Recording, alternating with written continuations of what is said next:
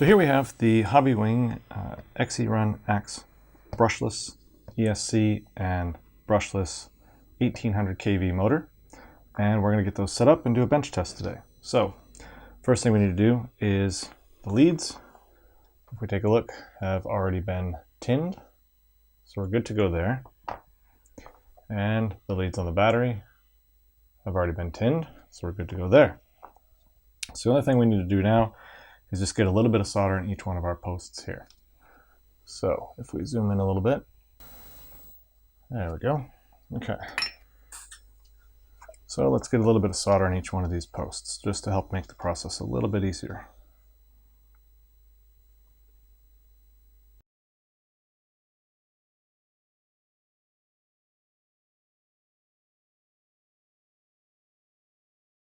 So as we said before, we have our positive and our negative terminals. So those we just need to map to our positive and negative colors here. So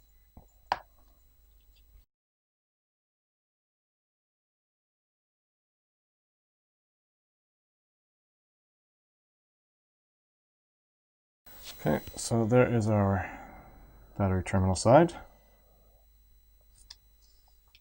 And we'll rotate it around. We'll do the same thing on our connections here for motor. Again, we match up A, B, and C with A, B, and C. And then everything should work as intended.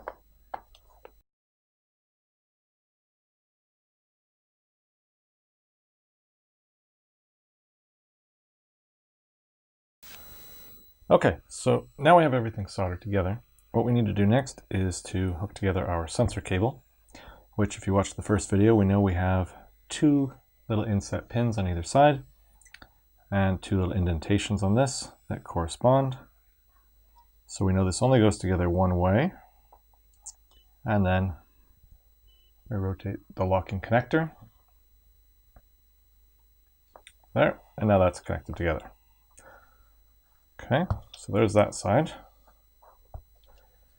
The next side we need to do is to obviously plug in a battery. So let's take the old test bench battery here. We've got that ready to plug in.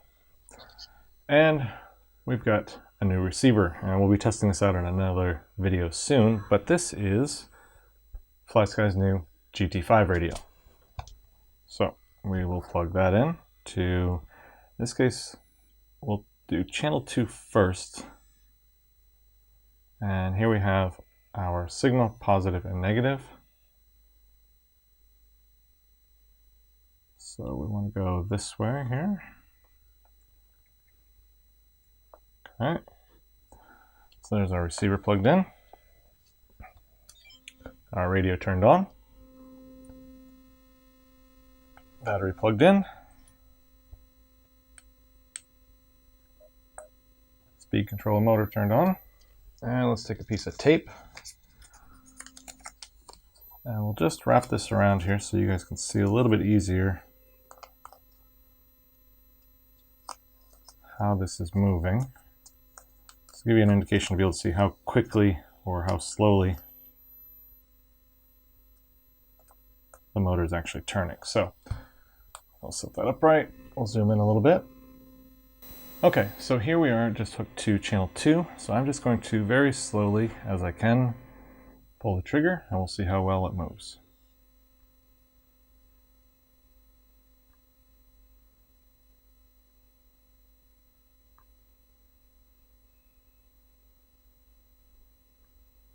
That's about as slow as I can pull with default settings on this radio, brand new.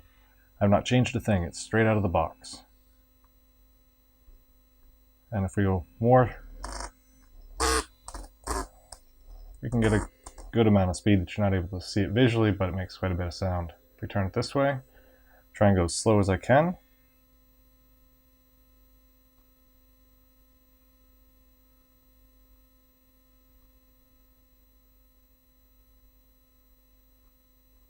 A little bit more speed.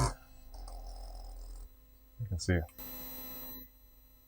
And that might seem like it's going quite quickly, but what we have to remember is that we have gearing that's going to come into play here. So this will be connected to your pinion, which will then be connected to your spur, If you're running something like a stock XCX10, you're looking at what, like a 19 tooth pinion, 87 tooth spur, and then you, depending on your axle gearing, which I think stock is 3813, you're looking at a very, very slow crawl speed here at the very lowest setting. And if we start going up a little bit more,